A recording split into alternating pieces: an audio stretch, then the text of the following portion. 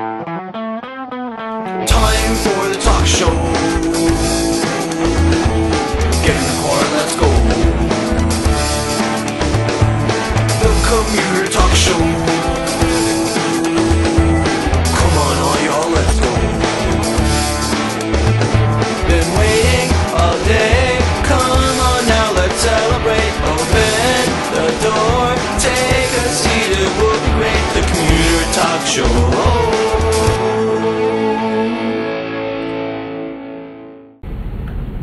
Welcome back to another webisode of the Commuter Talk Show.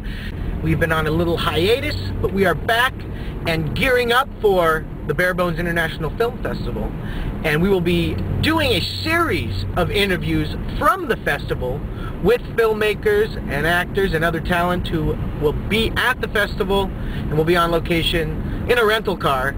So as we're getting ready for Bare Bones, it's only fitting that our next guest be somebody who will be at the Bare Bones International Film Festival. And I'm happy to have on our show today Kevin Keresey. He is an actor, a filmmaker, a writer, a producer, and his film The Rat Thing, which has won some awards on the Independent Film Festival circuit, is also going to be screened at the Bare Bones International Film Festival, and we look very forward to seeing it. I've seen the trailer. It is a hilarious comedy. So let's go pick up Kevin and see what he's all about. He should be right around here somewhere. And there's Kevin.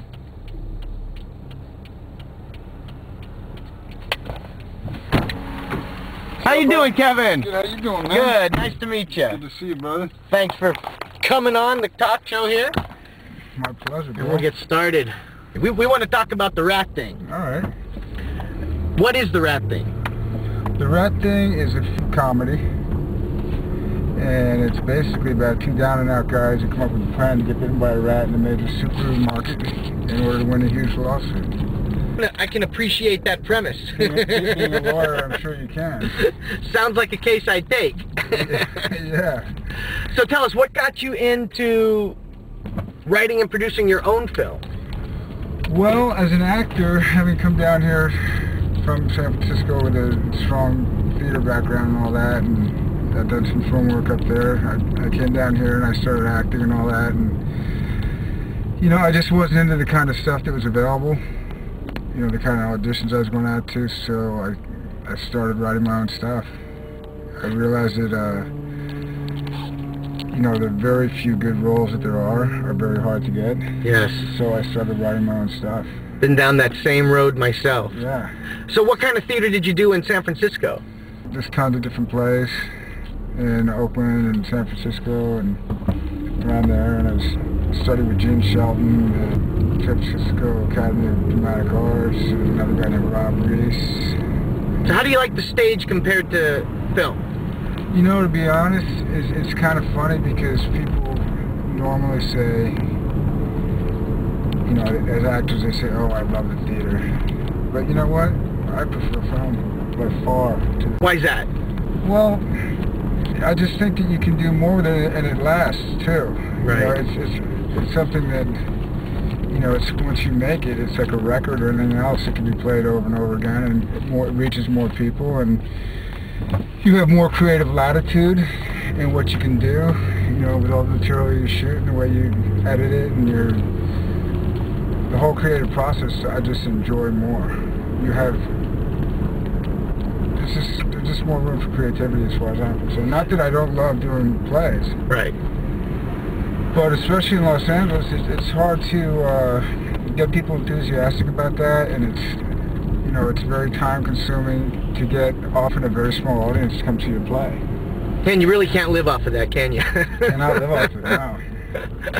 So now, being from San Francisco and now living I'm from New York originally. Oh, okay. Oh, well then that even adds to the question I'm about to throw out there, was being in San Francisco, New York, and in LA. So you commuted and seen all types of traffic in these three different places. That's right. So starting with San Francisco, I mean, I just know from visiting a few times that I have, the hills and how everything's jam-packed together. What's commuting like in and around the hills of San Francisco? I'll tell you about San Francisco. I first moved there in 1975. And when I moved there, the traffic was like, it was a breeze. Then, towards the end of my time there, in the late 80s, the traffic became horrendous after the earthquake. Some of the exits coming into San Francisco off the Bay Bridge collapsed. And Right. just a hell of a lot more traffic coming from Silicon Valley. Actually, it's worse than LA. Really? Last time I was up there. Wow, I find that hard to believe. Well, because it's so condensed. Right. And, you know, San Francisco has like a population of about 750,000 people. Right. Now, on any given weekday, workday, there's about 2 million people in the city. Right. You know, so you got another 1,250,000 coming into the city to work. So that makes for a huge amount of traffic. It doesn't have all the freeways that Los Angeles has, you know? Right. Now, what about LA? Just Well, when you're going back and forth from an audition or something like that, how much time do you usually leave yourself to get from one place to another? I always give myself extra time because I don't like to be panicked about, you know, when I'm going to be there and all that, you know? Me too. You always got to anticipate some kind of accident or traffic driving in this area. I would rather be early than, you know, stressing about being late. And that's when you have a bunch of maniac people stressed out all over the road trying to get to where they're going. Oh, yeah. But that's one of the things I love about living on the west side down in Venice. You know, we have, you know, there's not much traffic around here. You got another project or film that you were acting in? That used to be called The Cheap Bastard. Ah. Now it's called Is He Legit Cheap for Life. Yeah, they're in pre-production on that, and I'm playing this kind of thug, Vinny. So what other projects you got going on that you'd like to plug or talk about? Well, I have my next project that I'm doing. I'm starting to raise money for right now. It's called Careeners. What's that about? And it's about a host of characters who have had a long time clean and sober off of drugs and alcohol and prison and so forth. You've been following me around? That's where I got the premise from, bro. I know you're a lawyer trying to cover your tracks. But they have, like, you know, 15 years clean and so on. They're trying to help another guy out, and they get him into a rehab. And while he's gone, the guy gets a disability check from the government for 27 grand. And the next thing you know, these guys are slamming dope and slinging dope, and they get back involved in this whole thing. And it's got comical elements and tragic, very tragic elements as well. And it's going to be a great film because most of the films that are done on that subject are they're either really sappy or they try to make them really hardcore. Right. And I think that this script really captures that life in a very honest and dynamic way. Did you write this as well? Yeah, I wrote this as well. Sound like a couple of really good films. I know that The Rat Thing is playing next at the Bare Bones International Film Festival. Yes, it's Friday, April 25th at 10 p.m. Perfect. Well, we'll be there to definitely watch that. And, Yeah.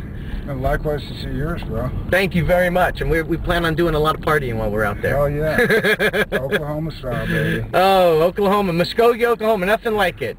And then from there, if I can plug the next Sure, festival, yes, please. in May 2nd, May 3rd and 4th, I'll be playing, we're playing at the Rainier International Independent Film Festival at Mount Rainier. And then from there, in June, to Seattle True Independent Film Festival. And then in July, I think you and I are going to meet at the same festival again, Action on Film. That's correct. All right, let me find a semi-safe place to drop you off. You drop me off in the middle of nowhere? All right, we'll drop you off right up here. What do you mean drop me off? I got to get to my next interview, so this looks pretty good. You mean you can't take me home? No, not right now, but I thank you for coming on the show. Well, thank you, sir. And good luck on all your films. I know you're going to win. Thank you. All right, and there goes Kevin. I don't think he was too happy with me dropping him off. Commuter out. The Commuter Talk Show.